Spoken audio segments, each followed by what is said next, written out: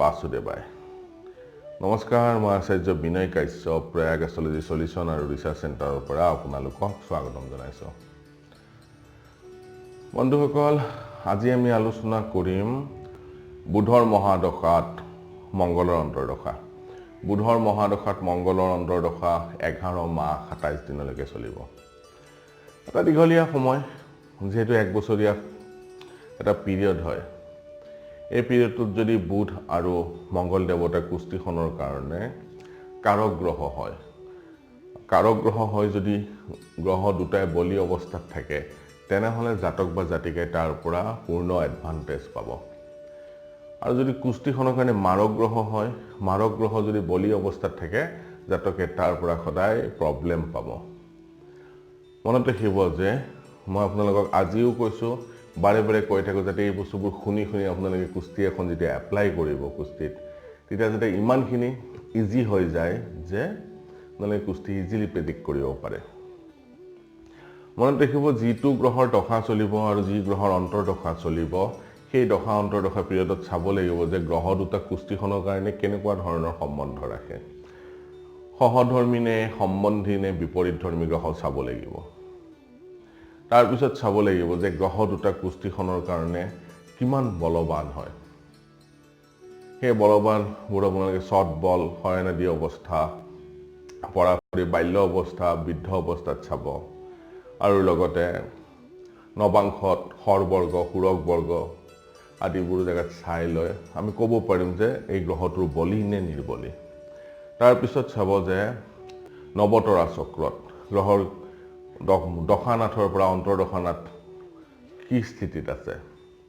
মনত ৰাখিব 3, 5 আৰু 7 নম্বৰ নক্ষত্ৰত যদি থাকে জাতকে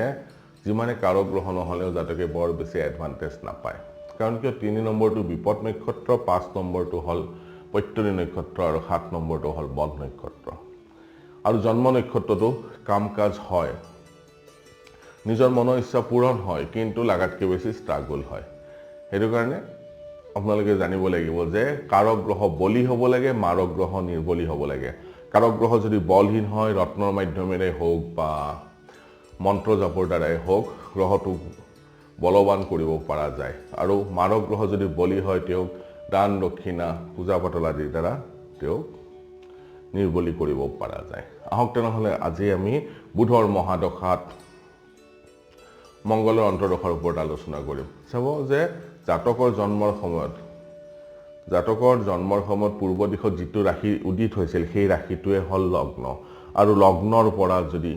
মংগল দেৱতা কেন্দ্ৰত থাকে কেন্দ্ৰ মানে হল 1, 4, 7, 10 বা কোণত যদি থাকে 1, 5, 9 যদি থাকে মংগল যদি স্বক্ষেত্ৰত থাকে বা উচ্চ ক্ষেত্ৰত থাকে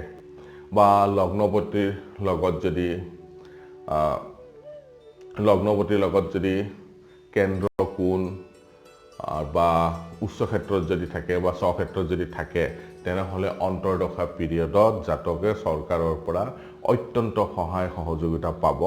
চৰকাৰী প্ৰভাৱশালী ব্যক্তি যেনে মন্ত্ৰী MLA IAS বিউৰোক্ৰেট তেওঁলোকৰ লগত ফ্ৰেণ্ডশ্বিপ হ'ব তেওঁলোকৰ পৰা জাতকে যথেষ্টখিনি লাভৱান হয় আৰু সম্পত্তি ৰিগাৰ্ডিং জাতকে সদায় এডভান্টেজ পাব সম্পত্তি পুনৰুদ্ধাৰ হয় আৰু ঘৰ বনোৱাৰ ক্ষেত্ৰত মাটিবাৰীৰ ক্ষেত্ৰত জাতকে সদায় এডভান্টেজ পায় মংগল যদি নিচ হয় আৰু লগ্নৰ পৰা যদি 6, 8 আৰু 12